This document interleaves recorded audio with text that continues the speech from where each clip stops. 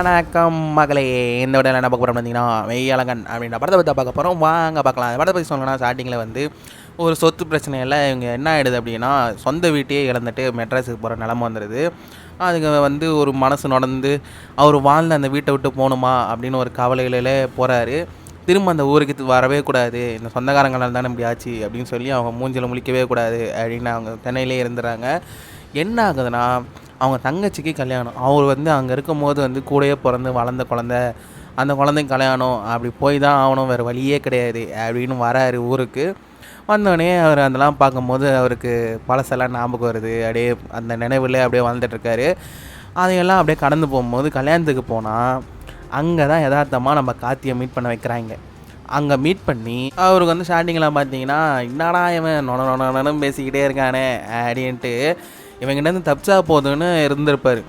ஆனால் அவங்க 2 பேர் பேர் இருக்குது பார்த்தீங்களா, ஸ்க்ரீன் பயங்கரமாக இதுவாகிடுச்சுன்னே சொல்லலாம். ஸ்க்ரீனில் சூப்பராகவே பண்ணியிருக்காங்க. அவங்க வந்து ஒரு பக்கம் கார்த்தியோட எப்பவும் நடிக்கிற அந்த ஆக்டிங்கும், அரவிந்த் சாமியோட எப்போவுமே அந்த இது பேசுகிற ஒரு இதுவுமே இயல்பாக கொண்டு வந்து 2 பேரோட பேருமே வந்து பார்த்திங்கன்னா அந்த ஸ்க்ரீனில் வந்து வரும்போது நமக்கு எங்கேயுமே போர் அடிக்கலைன்னு சொல்லலாங்க. ஏன்னா இந்த படம் வந்து ஸ்லோவாக தான் போகுது. ஒரு 2 பேரோட கான்வர்சேஷன் தான்.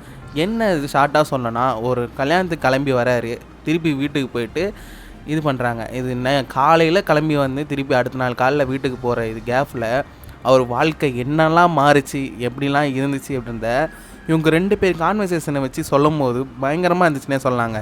அதையும் கடந்து நம்ம போகும்போது சில நேரத்தில் வந்து கார்த்தி வந்து ஒரு சில கதைகளை சொல்லுவார் எமோஷன் ஆகி.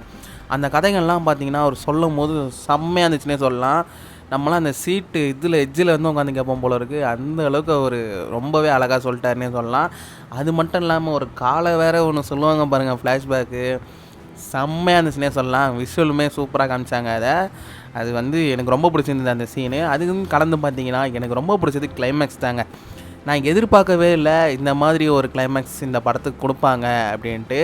நான் அப்படியே பார்த்துக்கிட்டே இருக்கேன் 2 பேர் பேசுகிறத. திடீர்னு பார்த்தா ஒரு இதில் திருப்பியும் போயிடுவார் அரவிந்த் சாமி. அவர் திரும்பி ஒரு கான்வர்சேஷன் வரும் பாருங்கள் கிளைமேக்ஸில். உண்மையாகவே நல்லா இருந்துச்சுன்னே சொல்லலாம். டிஃப்ரெண்ட்டாகவும் இருந்துச்சு. இந்த படம் வந்து பார்க்கும்போது ஒரு அழகாக தெரிஞ்சிச்சுன்னே சொல்லலாம். இந்த படம் எனக்கு எப்படி இருந்துச்சு அப்படின்னு பார்த்தீங்கன்னா, ஸ்டார்டிங் வந்து கொஞ்சம் பொறுமையாக உட்காந்துருந்தீங்கன்னா, கார்த்தியும் அரவிந்த் சாமி பேர் ஜாயின் ஆனதுலேருந்து பார்த்தீங்கன்னா கிளைமேக்ஸ் வரைக்குமே நமக்கு எந்த இடத்துலையுமே போர் அடிக்காது, எந்த இடத்துலையுமே கவனம் சிதறாது. நம்ம அதை வந்து ரசிச்சுக்கிட்டே பார்க்கலாம் அப்படின்ற ஒரு படமாக தான் எனக்கு தோணுச்சு.